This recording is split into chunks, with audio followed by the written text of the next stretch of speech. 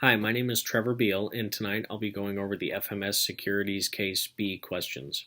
To start off with, we have a question that asks us about the nominal expected rate of return. We utilize the par value of the stock price, the dividend percentage, and the dividend payout to calculate that the nominal expected return for the stock is 9%. Then the question asks, what is the effective annual return?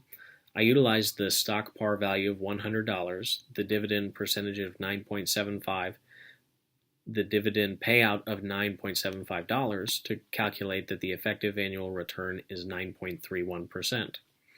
The next portion of the question asks what the current value of the share is at January 2004. I utilized the present value of the dividend payouts plus the sinking fund that's mentioned in the question to find that we had a $31,322,068 present value of dividend payouts. I divided that number by the shares that are outstanding of 300,000 to calculate that we have a stock value of $104.41. The second question asks about the expected rate of return at the beginning of 2003. So I utilized the 5-year dividend growth rate of 6%, the current stock price, and the total dividend payout for the year of $1.80 to find the value of the stock at the end of 2003, and I calculated the expected return for that year to be 14.09%. The question has a part where it asks the expected dividend yield and capital gains yield as well for that year. And the expected dividend yield is 8.09%, and the expected capital gains yield is equal to the dividend growth of 6%. The dividend yield is calculated by dividing the dividend payout by the stock price. The third question asks what conditions must be met to utilize this model in practice, and we assume that the dividends are growing constantly in perpetuity and that the growth rate will correlate to stock price growth.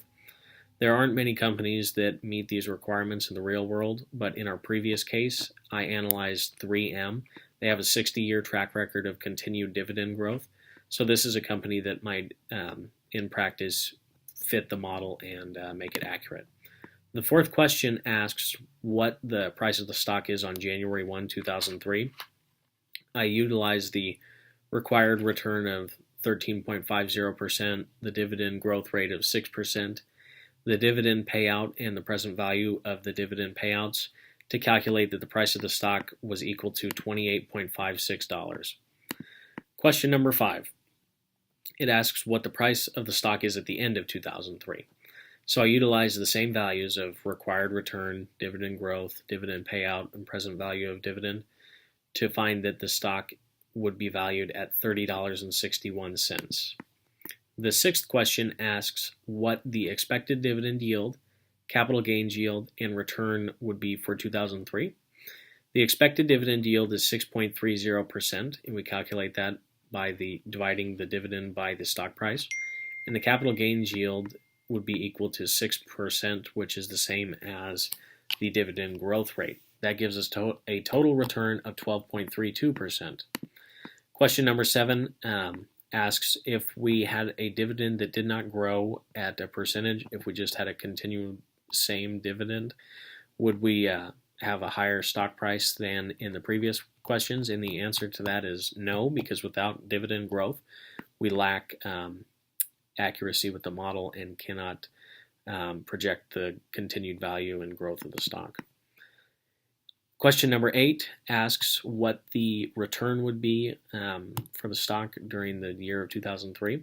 I found that the return would be 5.66%, and I calculated that by subtracting the new stock price by the old stock price and dividing it by the old. So question number 9 asks if the 6% growth rate is reasonable, and I utilized the ROE value line data and calculated that we had an average return and growth rate of 7.14% previously, so I believe that a 6% growth rate would be reasonable given that we are above that on a 5-year average. The last question asks if we can utilize the ROE value line info to create a sustainable growth rate, and I utilized that data and calculated using the dividend payouts per quarter, the present value of the dividends, and the rate of return minus the growth to find that a 7.50% growth rate would be sustainable. So that's all I have for Case B, and thank you.